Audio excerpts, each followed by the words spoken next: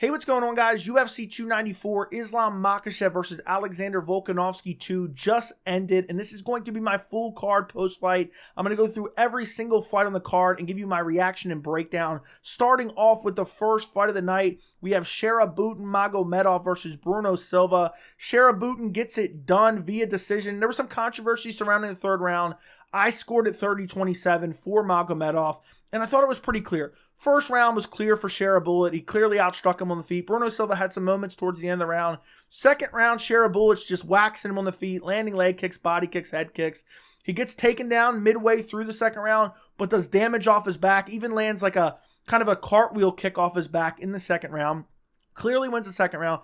Third round is where the controversy is because Bruno Silva gets an early takedown, controls him, but Sharabutdin doing damage off of his back, throwing elbows from his back, throwing punches from his back, beating him up, eventually gets back to his feet maybe midway through the round, but then lands some shots on his feet in close range and then gets immediately taken back down where he continues to throw elbows from his back and does a lot of damage from his back. Bruno Silva was just laying there in guard. So I thought it was a clear 30-27 for Sharabutdin Magomedov. I thought he got it done. I mean, he was just relentless from his back, throwing ground and pound. He had no ability to really get up outside of that one time in the third round. So that's a big question mark, his takedown defense and his ability to get up against much better wrestlers than Bruno Silva. But overall, I think a decent UFC debut. He completely outstruck him, destroyed the legs of Bruno Silva, was ripping the body, landed a couple head kicks throughout. I think it was the first round. He landed a really hard head kick on Bruno Silva. So overall, clearly he's a really good striker, really good kicker. Doesn't use his hands that much and doesn't have the best takedown defense, but he gets it done 30-27 against a decent test in his UFC debut against Bruno Silva. Moving up on the card, we have Jinh Frey versus Victoria Dudakova. Victoria Dudakova gets it done via decision. First round was close. It was close. You had Frey just stuffing some takedowns and landing some good shots on the feet. And then it was close. There was a head clash. There was a break in between there. Neither girl was really landing a whole lot. And then Dudakova rocked her at the end, last 10 seconds of the first round. So Dudakova stole the first round. Second round was close. You had Frey get an early takedown, but didn't do much with it. Actually had a couple good, hard, solid ground and pound shots, but it was like 3 or 4, and then outside of that, she didn't really do much. Dudakova was landing some up kicks, had some submission attempts, but they weren't really that close. And I thought Jinh Frey just barely edged out the second round, and then the third round was just a horrible round. It was atrocious. Dudakova was stuffing takedowns. Frey was slowing her down. Neither one looked really good on the feet. I thought Dudakova landed the better shots, won the third round. So I had a 29-28 for Dudakova. Overall, horrible fight. Horrible fight. Jinh Frey, get out of the UFC. Horrible. She might make an appearance in another video very, very shortly. But Dudakova gets it done. I thought Dudakova looked like she was slowing down the first round. The live stream chat was telling me I was crazy. Turns out she had staph infection coming into this fight. So that kind of explains it, but she gets it done via decision. Moving up on the card, we have Nathaniel Wood versus Mohammad Naimov. Mohammad Naimov wins via decision 29-28. I scored it 29-28 for Naimov. I had him winning the first 2 rounds. The first round, they both rocked each other. Nothing too crazy, but Naimov had a takedown and some control and some damage. And then later in the round, when Wood rocked him, he took him down, but then Naimov scrambled out, ended up on top, landed some more ground and pound. I thought Naimov took the first round. Second round, and also in the first round, Wood got caught with a nut shot. Second round, early second round, gets caught with another nut shot. You had Wood with an early takedown in the second round, didn't do a whole lot of damage. You had Naimov looking to use the wrestling, got a takedown, had some decent ground and pound. Wood got up towards the end of the round, but I thought Naimov clearly won the second round, did some damage on the ground. And then the third round, Naimov was really starting to gas out. He was looking to grapple. He got a takedown in the third round, but Wood got back up because Wood was the fresher fighter. And then towards the end of the third round, Wood was smashing him badly. Got close to kind of a finish towards the end, landed a wheel kick at the end, was landing some ground and pound at the end of the third round. And honestly, had this had 20 more seconds, I think Nathaniel Wood might have gotten a finish. But Nathaniel Wood loses. Naimov gets a decision. Another kind of unexpected win. He's made his UFC debut against Jamie Mullarkey. Got it done there. Clipped Nathaniel Wood on the feet in this fight. I think some of these UK guys get overhyped just because the UFC likes to build those stars from the UK. Mohammad Naimov comes in, gets it done with his grappling, with his striking, but primarily with his grappling. Moving up on the card, we have Anshul Jubli versus Mike Breeden. What a wild fight this was. Anshul Jubli basically dominates the first 2 rounds, but Breeden's in there. He's kind of walking him down a little bit, landing some shots of his own, but Jubli's just picking him apart. Breeden is stuffing the takedowns. And then in the third round, you have a Mike Breeden who's just pressing forward, talking crap, barking at Anshul Jubli. Jubli's not throwing anything. Now, I don't know if it's due to exhaustion. I don't know if he doesn't know how to react to this or what, but Mike Breeden's just walking him down. Just walking him down over and over and over again. And Jubli's not throwing anything. Jubli's not throwing anything. And then Mike Breeden's just picking him apart with shots, eventually lands a nasty right hook and finishes Jubli on the feet. That is crazy. Well, drops him to the ground, follows up with some ground and pound. Ref jumps in. Mike Breeden gets it done, saves his UFC job. Anshul Jubli, I thought he would use his grappling. He shot it on takedowns, couldn't get the takedowns in this fight. And his cardio couldn't hold up. The fact you're getting walked down by Mike Breeden and you're not throwing back, I mean, you had no respect. You had no respect for Mike Breeden. He was walking you down, landing big shots, and Mike Breeden gets it done, 3rd round KO. Who would have thought that? But Mike Breeden gets it done, saves his UFC job. Moving up on the card, we have Sedriques Dumas versus Azaitar. I actually thought this was a bad decision. Dumas gets a decision. First round, you had Azaitar landing some big shots. Dumas ended up on his back. There were some ground and pound attempts from Azaitar. Wasn't able to land anything significant. Dumas gets a takedown, ends up on top. Doesn't do a whole lot of damage, but clearly wins the round with top controlling ground and pound. Second round, Azaitar clearly won the second round. Exploding, landing big shots, landing nasty leg kicks. And Dumas really didn't do too much in the second round outside of a couple leg kicks himself. Clearly, Azaitar wins the second round. Third round was close, but I thought Azaitar took it. I thought he landed the better shots. I really thought he landed the better shots. Both guys were kind of swinging at air in the third round, but there was a jab that kind of sat Azaitar down a little bit. Not really, and maybe that's what stole Dumas the third round. But you're going to call me crazy, and this might be my hottest take of all hot takes. I think there could be a case where you give Azaitar all 3 rounds. Now, that's a bit crazy, and I don't hate the decision. I just think it was a poor decision. I think Azaitar should have got rounds 2 and 3. But at the end of the day, it's not a robbery. I'll probably go back and rewatch it at some point, and maybe I'll score it for Dumas. That's how close it was. You can easily give Dumas round 1 and round 3. Round 3 was razor close. But I thought Azaitar, even after the jab where he got hurt by the jab, he landed like it was towards the end of the round, I think. He landed a spinning back fist right after Dumas landed a head kick, I think it was. So even those kind of cancel each other out. So third round up for debate. First and second round are pretty decisive, even though I think the first round, because Dumas just kind of laid on him and didn't do a whole lot of damage, you could make a case maybe those early big shots from Azaitar steal it. But ultimately, I don't have a problem with the decision. I think both guys are horrible fighters. I don't think either guy is going to be the elite of the elite. Dumas is still growing and learning. Azaitar's been out for hasn't had a win in 6 years. So overall, I didn't expect that much out of him, but I just thought he'd be the bigger, stronger guy. But clearly, Dumas got that easy takedown early in the first round. And it was just, it was nothing. I thought he would get the takedowns in the second and third. He shot a couple, wasn't able to really get them. And, he eventually wins a decision. I don't remember exactly what the scorecards were, but I believe they were 29-28. Moving up on the card, we have Javid Basharat versus Victor Henry. First round, Javid Basharat clearly winning on the feet, landing with kicks, got a takedown, didn't do any damage. Victor Henry scrambles back to the feet. There was good knees in the clinch by Javid Basharat. He looks like he's going to cruise to a win. Whether it's a decision win, whether he gets a submission, whether he gets some ground and pound finish, looks like Javid Basharat's going to cruise to a win. Second round, he hits Victor Henry with a nut shot.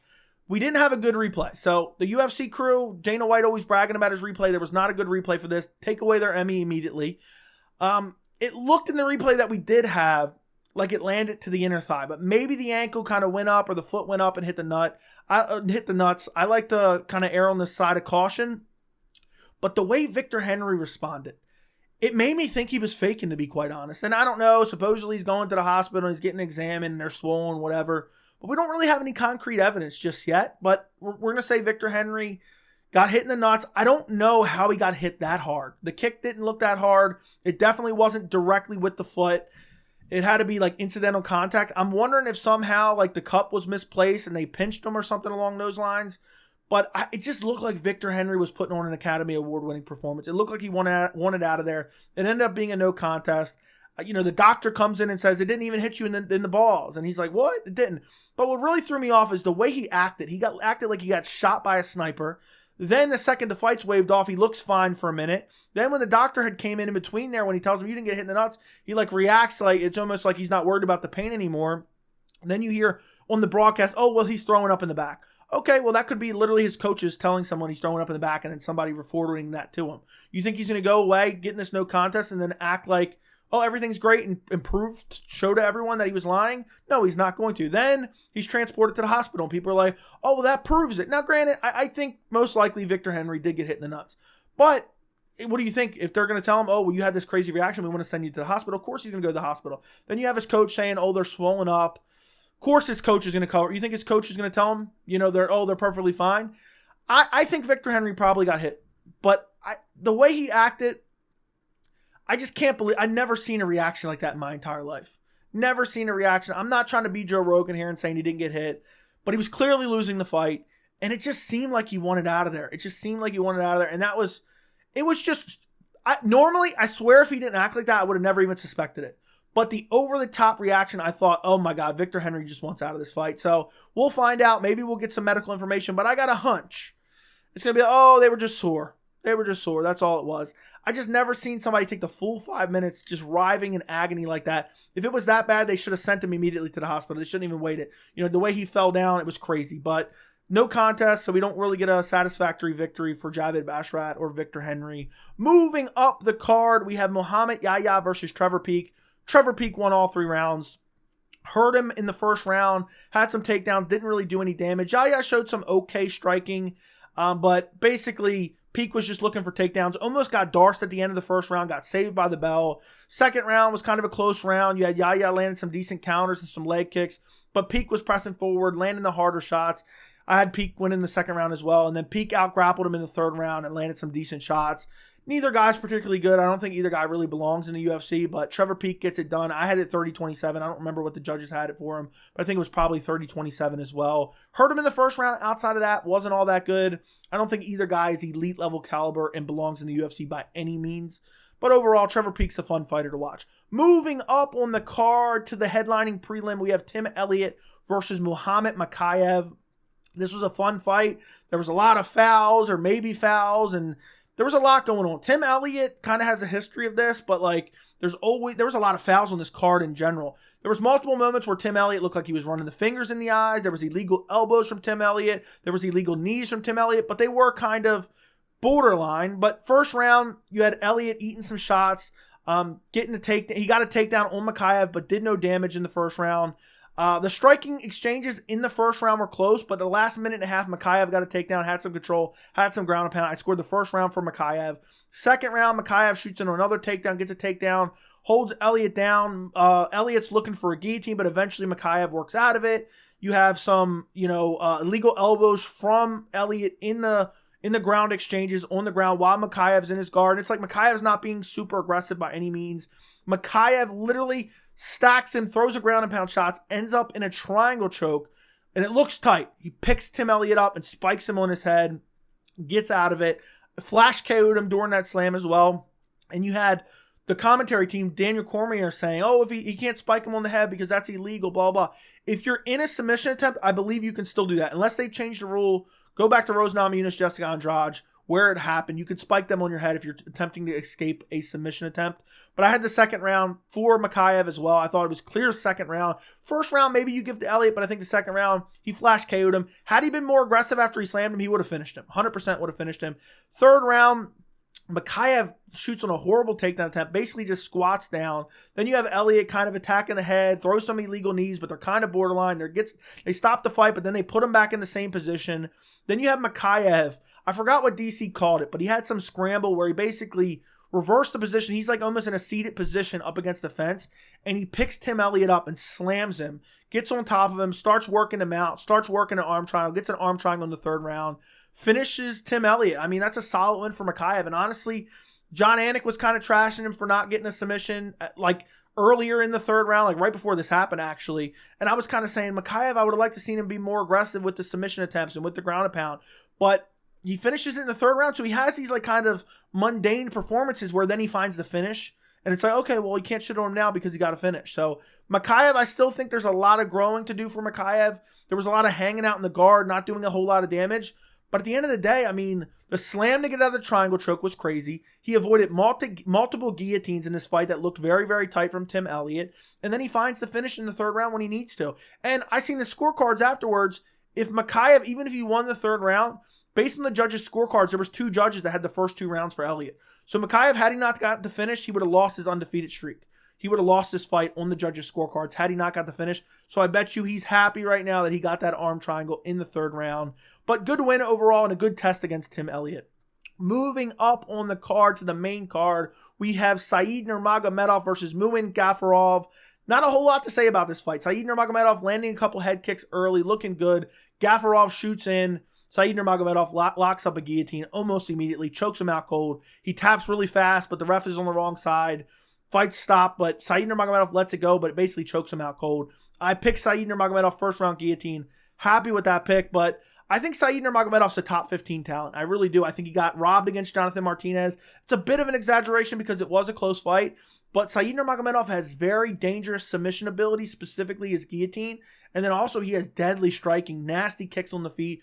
His one kind of deficiency is his takedown defense, but if he keeps threatening with those submissions, I mean, people might not be wanting to take him down anymore, but solid win again, but same time, Muin Gafurov lost his last fight against, I think it was John Castaneda, so it's not that great of a win. I think this bout order was a little bit weird by the UFC, but Said Nurmagomedov gets it done, 1st round guillotine.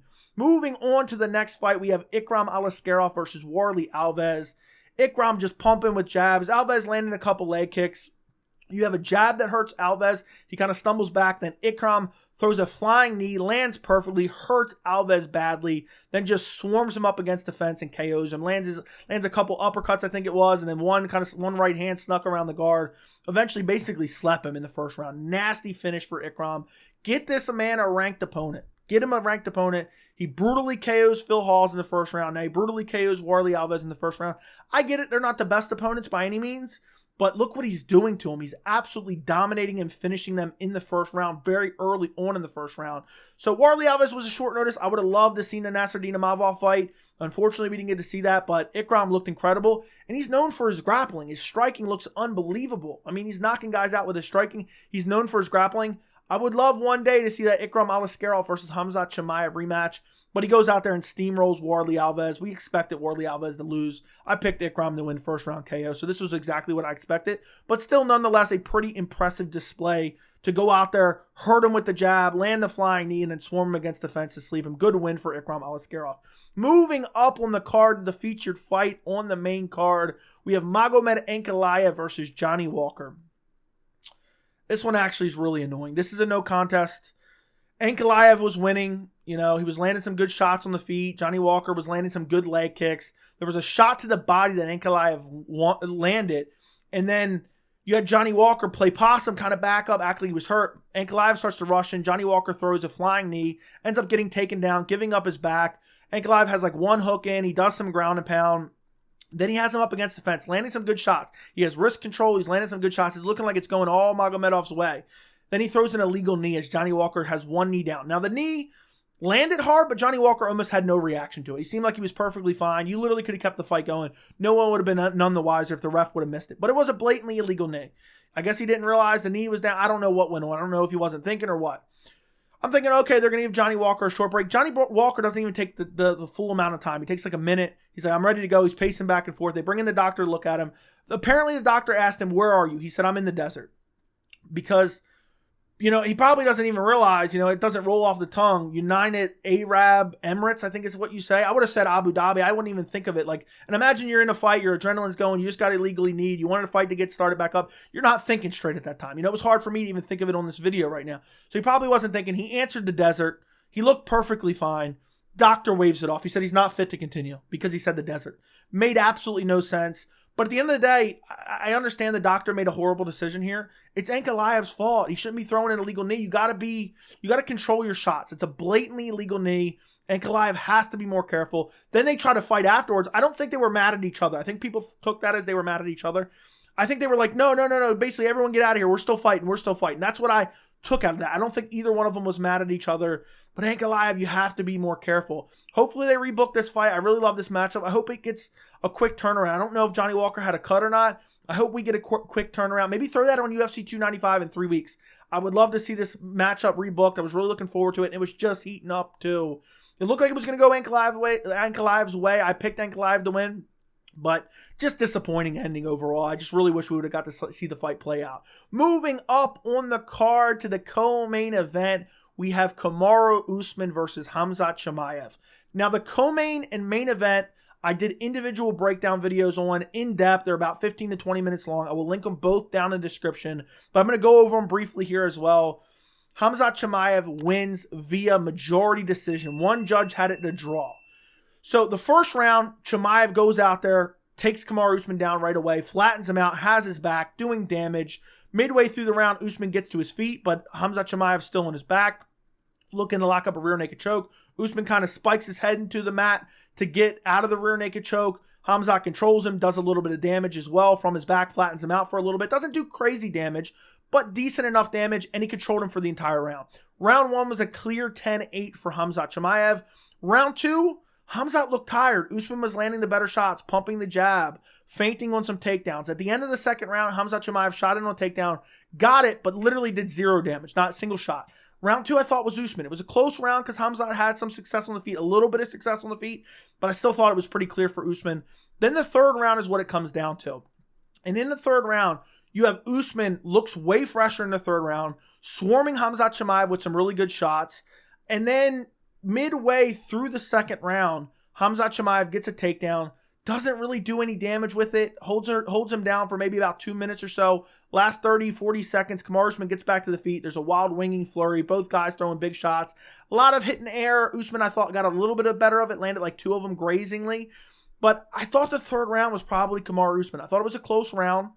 But I thought it was Kamaru Usman. I thought the way he swarmed him the couple times early in that round, I don't think that damage should be overlooked because Khamzat got a takedown for 2 minutes and did very little damage with the takedown. Did very little damage. So I had it second and third round for Usman 10-9, first round 10-8 for Khamzat Chimaev. I had it a draw.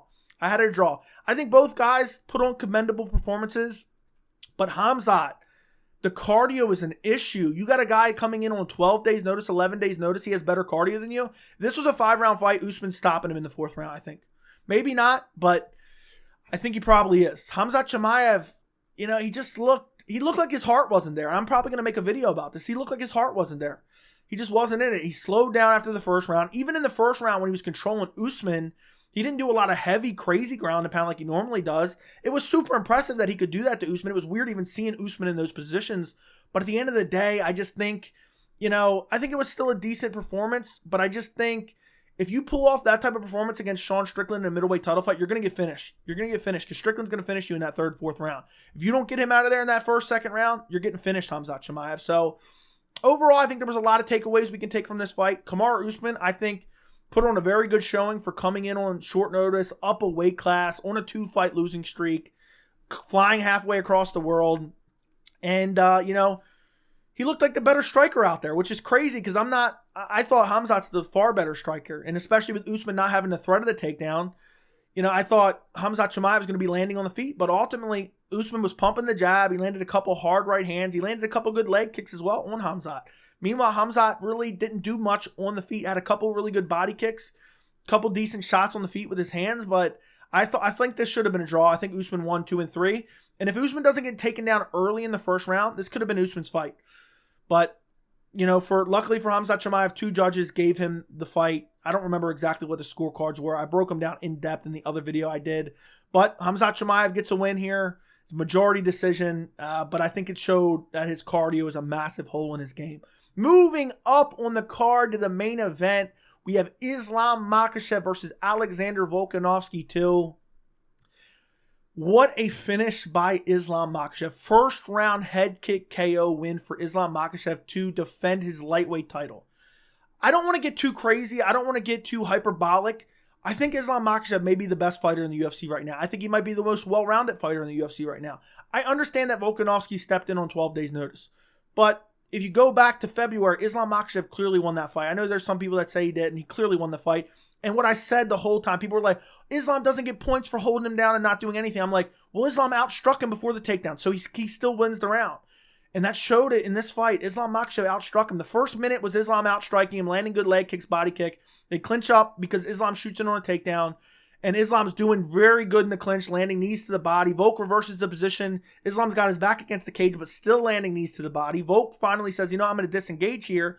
Islam has the Muay Thai plum clinch, starts landing knees there. Nothing too crazy. They finally break. You have Islam landing a nasty body kick, a nasty left hand, and then a head kick. that hurts Volk badly. He was basically done as soon as the head kick landed. He follows Volk to the ground, lands some ground and pound shots. It was clearly over after the head kick landed, but the referee gave Volk every opportunity to survive. He wasn't able to survive. He was completely done. And what a performance by Islam. I mean, I can't praise this performance enough. It's as flawless of a performance you can ask for from a champion. He didn't get touched by Volkanovski. Volkanovski landed at maybe a couple knees in the clinch, and I think he landed like one leg kick out in the open. Outside of that, Volkanovski didn't land anything. So Islam went out there and outstruck and dominated Alexander Volkanovski, one of the greatest UFC fighters of all time. And what a resume Islam has now.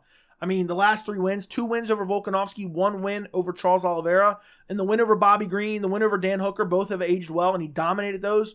I think Islam Makhachev's well on his path to becoming a lightweight GOAT. And I know people are going to say, oh, Volkanovski, short notice, this and that. I don't care. Islam Makhachev finishing him in the first round, I don't care what version of Volkanovski it is. Finishing Volkanovski in the first round is unbelievable. When Islam finished him, I almost had to do this.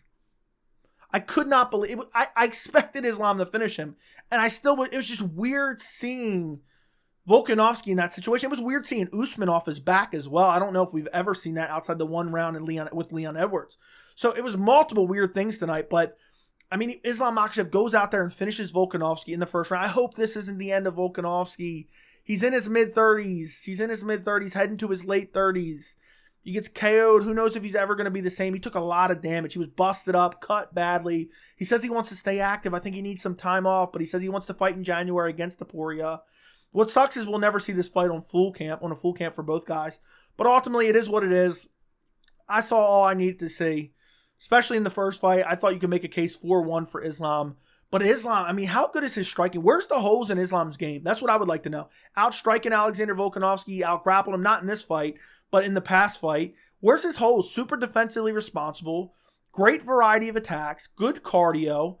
You know, without that rehydration issue where he had in Australia where he only had limited time to rehydrate, I think Islam Makhachev better than ever. Took this fight on short notice too, taking short notice fights against one of the greatest in the entire UFC and getting it done in this capacity. Flawless performance, taking 0 damage, not even having to use his grappling. I can't praise this performance enough.